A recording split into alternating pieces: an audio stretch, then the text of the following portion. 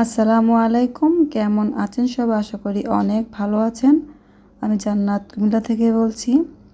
তো আজকে ভিডিওটা স্টার্ট করলাম আমার নাস্তার পর। তো এখন বাজে প্রায় 11টা। তো আমার মেয়ে বলতেছে ওর নাকি ভর্তা খেতে মন চাইতেছে। ও নিজে কলা ছিলে এখন ভর্তা করে নিবে।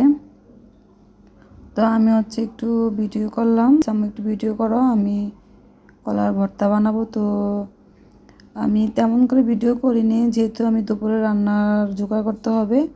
তো আমি জাস্ট একটু ক্যামেরাটা ধরে পরে আমি চলে গেছি আমার দুপুরে রান্নার জন্য।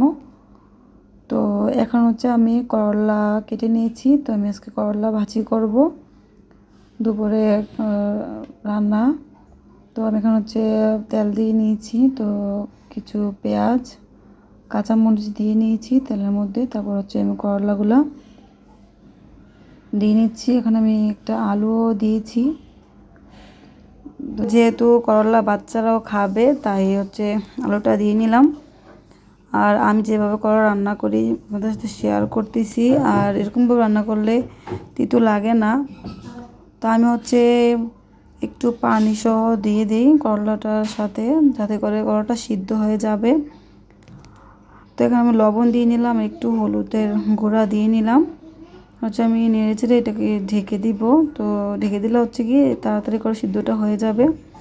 তাই আমি এখন ঢেকে দিব।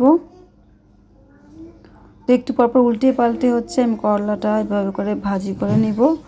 আপনারা কে কীরকমভাবে করলা ভাজি করেন অবশ্যই কমেন্টের মাধ্যমে জানাবেন আমাকে।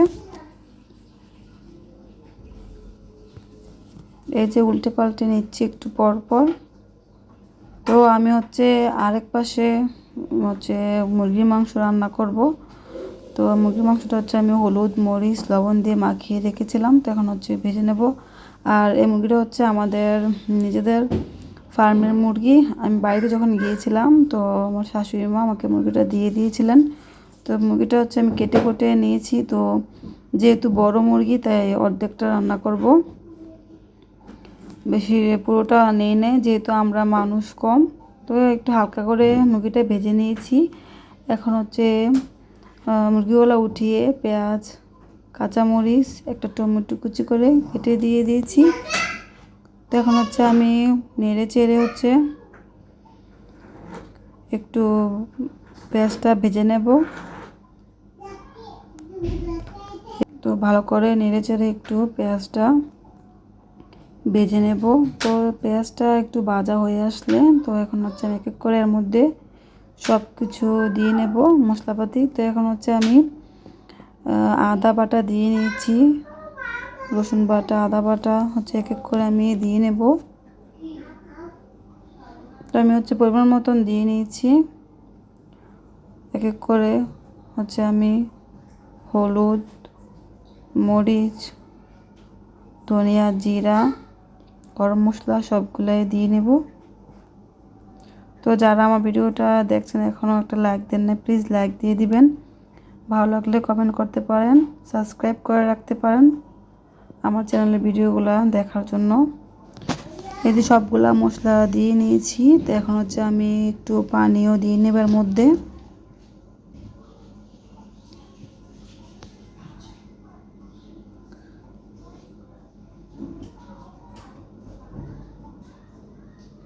এই যে একটু পানি দিয়ে নিয়েছি। এখন পানিটা বলক আসা পর্যন্ত অপেক্ষা করব। বলক চলে আসলে এর মধ্যে আমি সবগুলা মাংস দিয়ে দিব।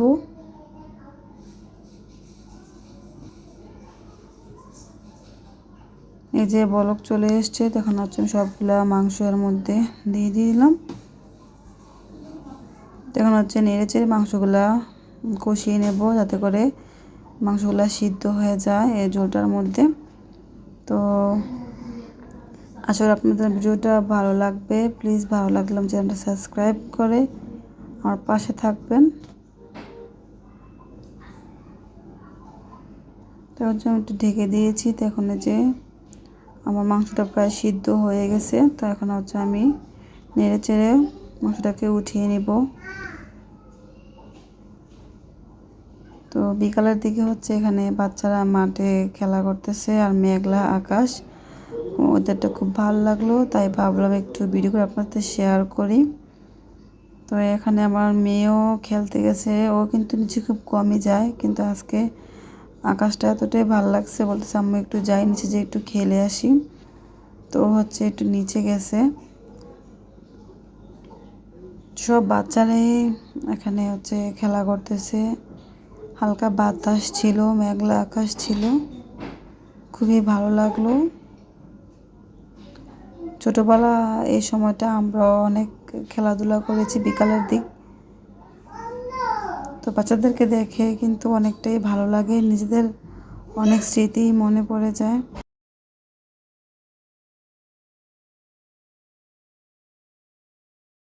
আজকে ভিডিওটা আমার এই পর্যন্ত, সব ভালো থাকবেন। আল্লাহ হাফেজ, আসসালামু আলাইকুম।